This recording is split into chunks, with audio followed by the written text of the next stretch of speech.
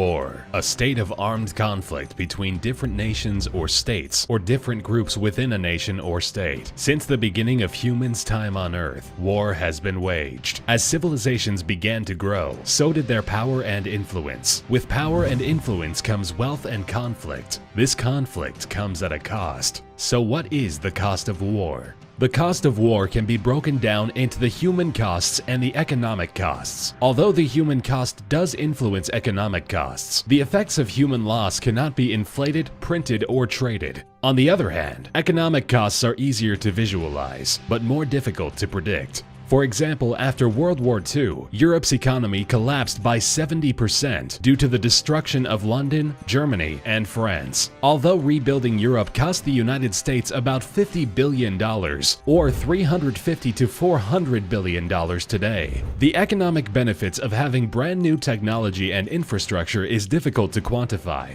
What is easy to quantify is the loss of life witnessed during World War II. During the 6-year engagement, there was between 60 and 80 million casualties, some soldiers and some civilians. That includes about 400,000 US servicemen, about 6 million Chinese, and about 8.7 million Russians, with the Nazis killing about 11 million civilian men, women, and children. Of the 400,000 US casualties, about 2,500 died on D-Day alone. To put that into perspective, about the same number of coalition forces died in the Middle East between 2001 and 2010. In the 200,000 years since Homo sapiens have walked the planet, wars have not only grown more deadly, but of course they've also become more advanced. But what we do know is that the act of war hit its tipping point in the 1940s. Although there are outliers, in general, wars leading up to World War II were increasingly more deadly. But every armed conflict since has had significantly less casualties, accompanied by significantly higher economic costs. It seems as if countries are more willing to have higher economic costs for the reduced human costs. So what happened?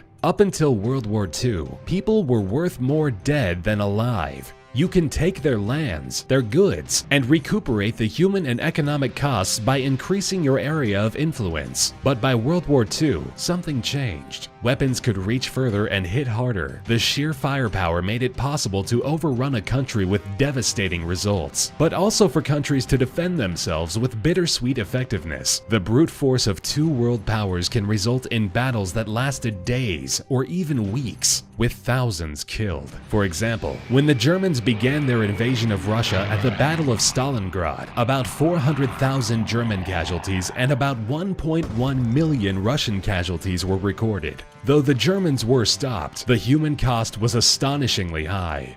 The cost of war has reached a new ceiling in the last century. Weapons have become too powerful. As nuclear weapons became commonplace among many of the world's powers, the human costs became too great. As an example, about 270,000 Japanese people were killed from only 2 atomic bombs. Now imagine these unquestionably efficient weapons implemented in a world war. Mutually assured destruction, or MAD, is the idea. That if anyone attacks your country with nuclear weapons, you would return fire along with all of your allies, ensuring a mutual destruction of at least 2 civilizations, but likely more. Unfortunately, this doesn't stop countries from developing and testing the latest military technology. As technology investments increase, the equipment increases in power, but also in price. The result is a world where large-scale wars are not worth the human cost, and even small wars are incredibly expensive. With a 2015 US military discretionary budget of around $600 billion,